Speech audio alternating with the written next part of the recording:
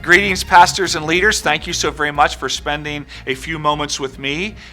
Rick Paladin, lead pastor, Word and Worship Church, Pittsburgh, Pennsylvania. I'm honored just to have these few minutes with you. I want to share with you during these moments together just a few things that could help you in looking for generational succession. Something that we all want, something that we all struggle with from time to time. Somewhere in between looking for a man that shows up that has all the qualities and characteristics, gifting and calling and competence to be an apostle, then we want them to go and wash toilets to prove their faithfulness. And so somewhere in between here, there's a tension that we need to balance.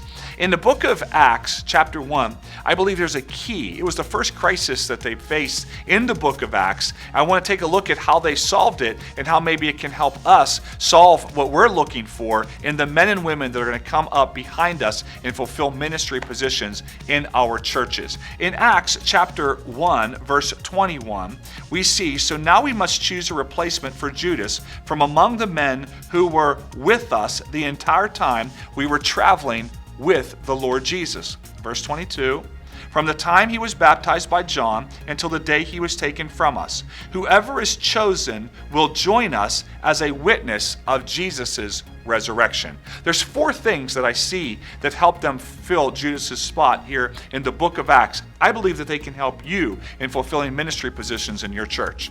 Number one is that they walked with Jesus.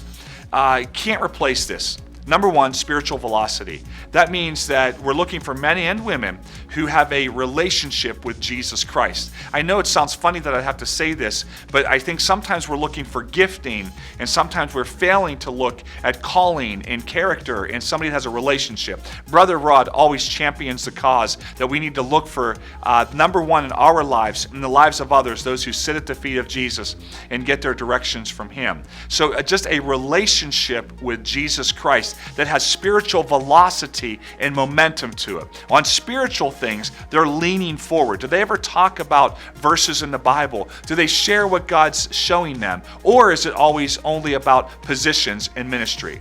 The second thing that we find here is we find that they walked with them. Now that means that we're going to need to look for men and women in our churches that are willing to walk with us. Number one thing they need is our time. That's right, time. T-I-M-E, can't replace it. So there's 2 points here under people who will walk with us. Number 2, after spiritual velocity, we have teachability. That means we need to look for people that are teachable. As they walk with us, we give them directions, simple at first, more to complex, and they fulfill the direction that we're giving them. Number 3, after spiritual velocity, teachability, the third one is a relational quotient. That means they know how to relate to us on a personal level, not just a ministry level. Not only a ministry level, personal level, but back and forth between the two. Also, we need to help people with their relational quotient in relating to other people, because what people need most is cared for. They need people with a shepherd's heart, and that's what they're supposed to get from us. So number 1 was a spiritual velocity, a leaning forward on spiritual things. Number 2 was a teachability as they walk with us. And number 3, they need to pick up a relational quotient. The fourth thing that I see here in just these 2 simple verses is that they need to be witnesses of the resurrection of Jesus Christ. They need to know and realize the power of Jesus Christ. They need to know it firsthand, personally in their lives. They need to have a story of the power of the resurrection in their lives. That needs to be a personal eyewitness in a personal experience.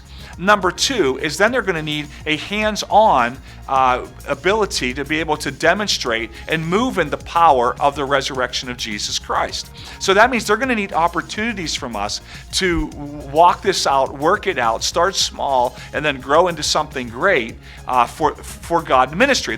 People are not going to show up with all 4 of these qualities. They're going to need us to develop them in them.